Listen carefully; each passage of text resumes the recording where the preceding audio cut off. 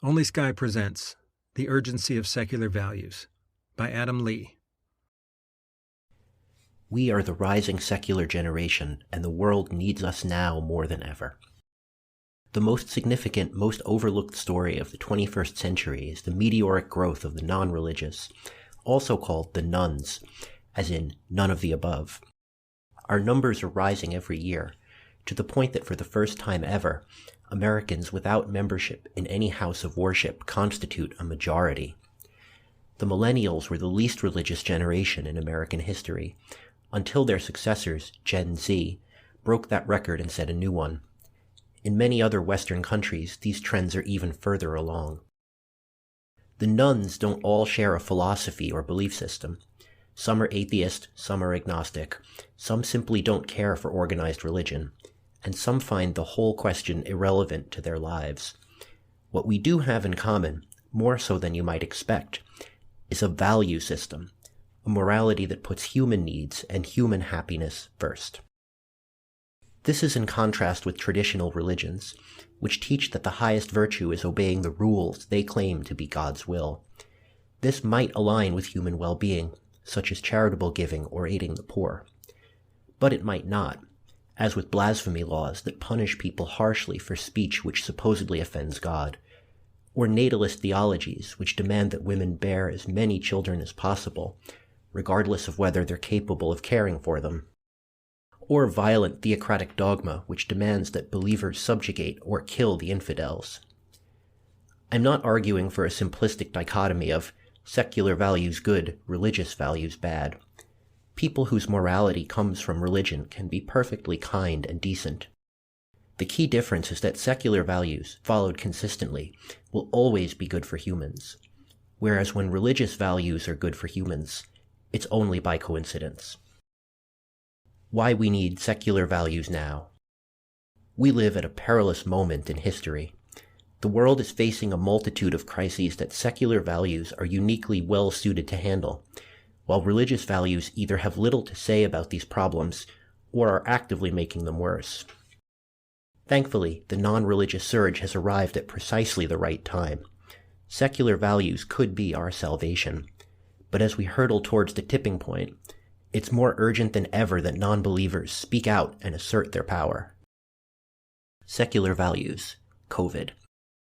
On top of any list of crises is the coronavirus that's blazed across the world for more than 2 years, leaving a trail of death and suffering in its wake. But if history books remember this as the era of the pandemic, they'll also remember our response.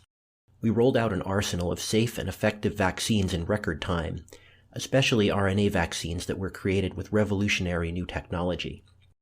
This is a scientific triumph on par with the moon landing. Although we have the tools to end this pandemic in our hands, we're not making use of them.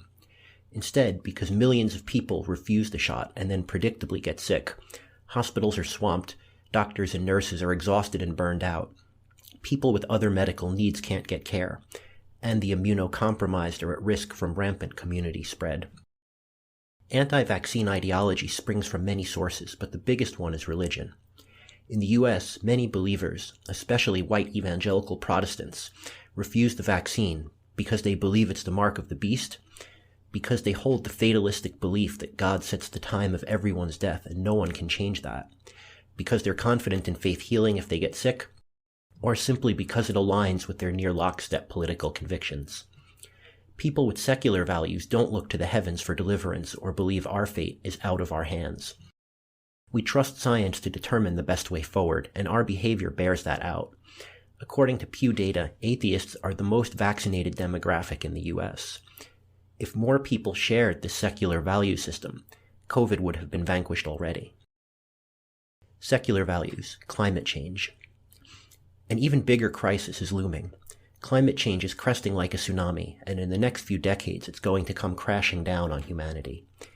Mitigating and adapting will be a more severe test of all the qualities needed to fight COVID: our trust in scientific guidance, our willingness to cooperate, our empathy to care for the most vulnerable. But while some religious leaders teach that caring for creation is a sacred value, many others sneer at science and dismiss climate change as a liberal hoax, because destroying the earth is God's prerogative, and this isn't how he said he's going to do it. I mentioned sea level rise, and I was treated to a 15-minute lecture on Genesis by one of the hazard response commissioners. He said, God destroyed the earth with water the first time, and he promised he wouldn't do it again. So all of you who are pushing fears about sea level rise, go back and read the Bible. Quoted from Jeff Goodell, How Rising Sea Levels Endanger South Florida, Rolling Stone, June 2013. It's not too late to prevent the worst-case scenario for climate change, but we urgently need massive coordinated effort to transition to renewable power and stop burning fossil fuels. A Green New Deal, if you like.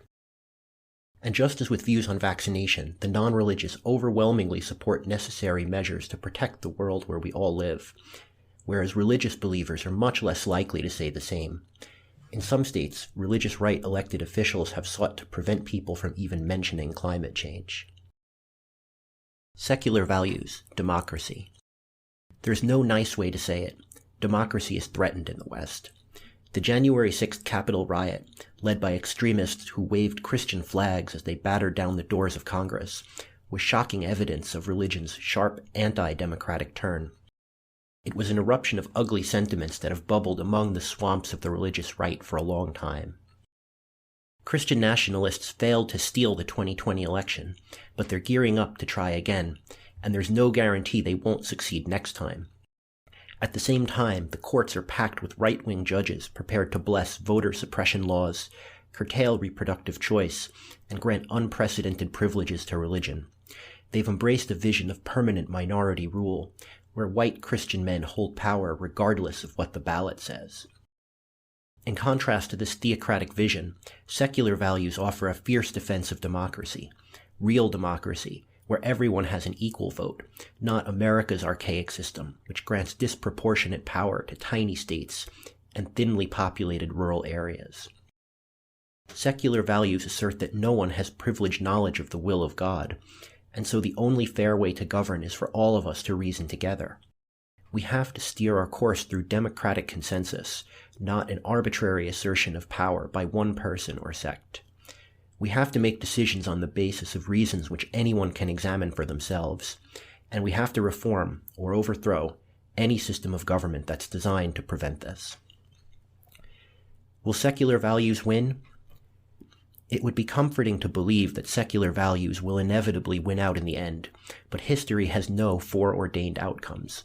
We could triumph over the darkness of the past and ascend into a bright future of compassionate humanism and advanced science. Or we could fail and sink back into the bloody mire of superstition we took so long to escape from. But because history has no guarantees, it's equally premature to say that religious fundamentalism is sure to triumph. The future is a book that we're collectively writing every day, and the ending remains to be written. I firmly believe that secular people have more power than we realize. If we awaken to ourselves and use our power for good, if we speak out and march and vote, we can create something glorious. This was produced by Only Sky Media, exploring the whole human experience from the secular perspective. If you enjoyed this production, hit the like button, and please subscribe. You can also visit us online at onlysky.media. Thanks.